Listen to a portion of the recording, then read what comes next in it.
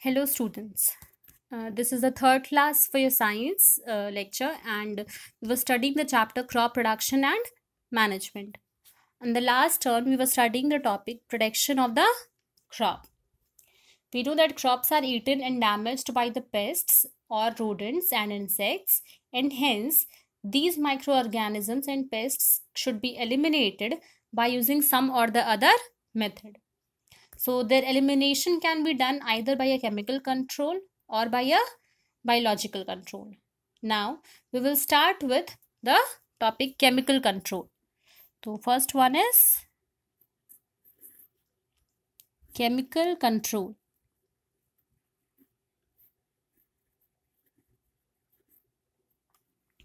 Chemical control involves spraying the soil with chemical substances called pesticides that kills the pest.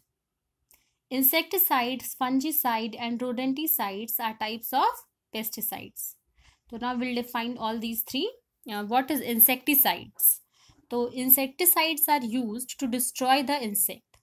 For example, malathion is used to destroy the insects. Next, we are going to study about fungicides. These are used to destroy fungi. Fungi, as the name indicates, sulfur and many copper salts are example. Rodenticides are used against rodents, that is rats. And for example, zinc phosphide and atrazine are the required examples. The spraying can be done by a hand operated machine or a low flying aircraft. The places where the fields are quite large, there it is not possible to use the hand operated machines. So there low flying aircrafts are used. Now what are the advantages of using pesticides? The first is that they kill pests very quickly. They are easy to store and use. This is the second one. And the third one is that a large variety of chemicals are available that can eliminate most of the pest. Now what are the disadvantages of using the pesticides? So many of the disadvantages are there. Like first one is that pest can develop resistance to a particular pesticides. If you're using same pesticide every time, then with time the pest will adapt themselves, and hence they can develop a resistance to that particular pesticide. Next is that pesticide can affect wildlife when sprayed in a particular area.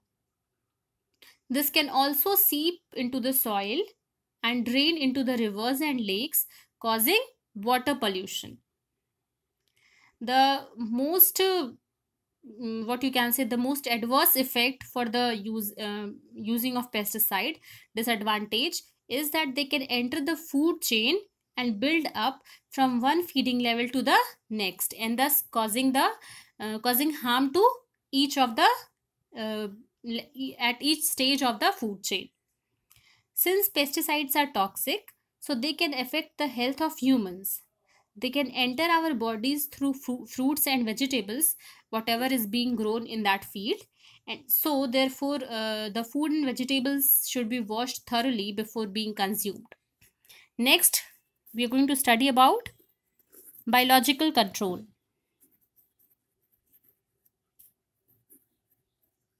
Biological control. This method, biological control, can be a powerful method of controlling the pests. It involves the deliberate use of one organism to regulate the population of the pest. But there are disadvantages also. Biological control agents may negatively affect the native plants and animal species directly or indirectly. Now the next topic that we are going to study is harvesting. Harvesting.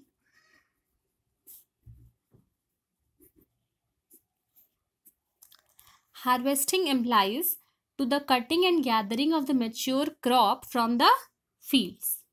Fruits and vegetables can be harvested manually or mechanically and either sold immediately. Sometimes what happens they're sold at the time when they're harvested, or maybe they can be stored in a cold storage for further use. Like if some field is there and a quite amount of potatoes have been grown there, so some of them they are using at the present, and most of it they are keeping in the cold storage unit for future use. In small farms, grains are harvested manually using a sickle. But if the farm is large, then expensive and sophisticated farm machinery like a combine harvester is used, which helps in both harvesting and threshing. Now, the eighth point in the agricultural practices is threshing and winnowing. Threshing and winnowing. We'll study both the topics one by one. So first we'll study threshing. Threshing is a process of just loosening the edible part of the grain from the surrounding inedible chaff. This is very important, threshing, because it is a process in which we just clean the edible part. We just have it separated from the inedible chaff, from the part which cannot be eaten. One method of threshing involves beating the grain on the threshing floor. Another traditional method is to place the harvested material on a hard surface and make farm animals such as cattle to walk in the circle around it. However, in the developed areas, threshing is almost done with the help of a combine harvester. So this is about threshing. Now what is winnowing? Winnowing is a method of separating the grain from the chaff by throwing the mixture into the air with the winnowing fan. This can also be understood as a wind winnowing, because in this we use air, flowing air. What happens here, the grain is separated from the chaff by throwing the mixture into the air in front of a winnowing fan. The chaff, which is lighter, is blown away by the wind, while the grains, they are heavier, so they fall down for the recovery. Insect pest can also be removed from storage grain with the method of wind winnowing. Last but not the least, we are going to study about the ninth topic, which is storage of the grains. Storage of the crop and grain. The food products obtained from the crops have to be preserved and stored for further use. Proper storage ensures that food is free from any infection or attack of fungi or insects. The produce can then be made available throughout the year and transported to different places very easily. Now there can be different methods of storage. Grains, first they are dried in sun and then packed in bags or bins before being stored in the granaries. What is the advantage of this? This helps to reduce to some extent the growth of microorganisms and damages caused by the rodents. So they are packed properly. Now, first we are going to study about grain silos. Grain silos. Grain silos are specially designed large containers for bulk storage of grains. Different stocks of grains are stored at different levels. The grain silos are designed such that the temperature can be controlled and grain can be inspected, fumigated, and it can be protected from the rodents, birds, and pests. The grain can be collected using slides at different levels.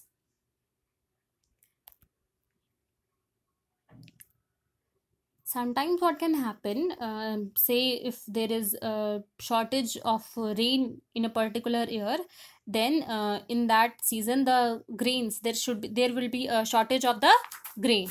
So some stock of the grain that is kept in reserve to compensate this shortage is known as buffer stock.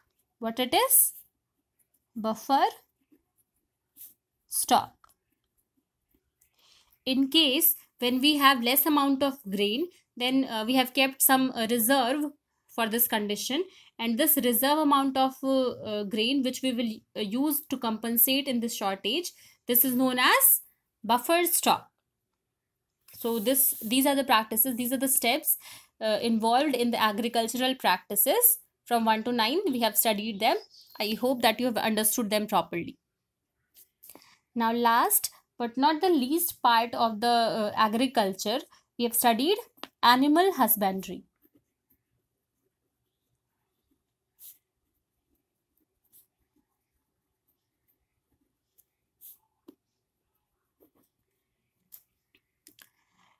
Introduction for this is ki animal husbandry, humans started domesticating animals when they stopped leading a nomadic life and started settling down in the communities. Economically useful farm animals, they referred as livestock. So animal husbandry is related with raising such livestocks which are beneficial for human, which can be used by the human beings. The breeding, feeding, and caring of the livestock for food and other purposes is called animal husbandry. Many farmers in India depend upon animals for their livelihood. In addition to supply milk, meat, eggs, which are the basic requirements, daily requirements of everyone. Uh, so, in addition to the supplying of these things, that is milk, meat, hides, eggs, animals. Mainly bullocks are very important as a drought animals. Drought animals implies ki the animals that are used for carrying loads and plowing. Now there are certain useful animals that we have studied from always. Like we are dependent on animals. We have been dependent on them in an innumerable way. We cannot even define how much. Animals are source of food, that is milk, meat, and eggs. Also of clothing, that is wool and leather. They have been used in transportation since a long time ago, and they also provide company as pets. These days, everyone is keeping dog or a cat or a say parrot as a pet. So they have been providing company to the humans as pets also.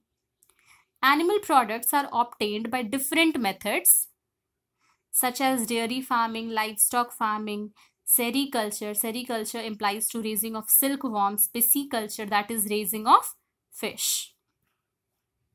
The animals domesticated by humans can be divided into the categories based on the product we get from them.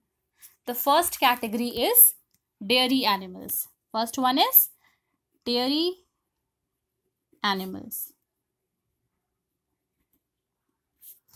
Like you do know examples like cow, buffalo, and goat. Second can be meat yielding animals. Meat yielding animals like sheep, goat, cattle, fish, and pig. Third one is egg yielding animals.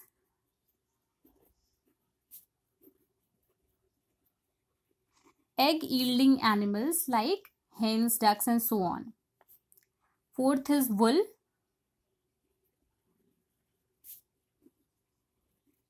Wool yielding animals, sheep, goat, cattle, and camel. Then, not but the least, this one, the tasty thing that we eat, honey. Honey for bee, and silk yielding animals like silkworm, pearl yielding animals like oyster. These are all examples of the useful animals that humans depend upon. Draught animals, that is the animals used for plowing and carrying loads. What is it? Draught animals.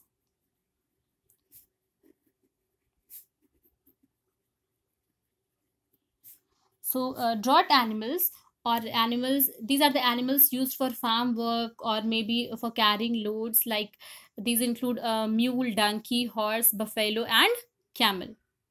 They are used in transportation and other farm work such as plowing and threshing.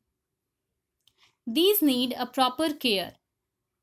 The animals that we depend upon, they need proper care. uh, they should be cared properly, because if they fall ill or they are not clean, then they may cause various diseases in human beings also, and they may suffer in them also together. So this was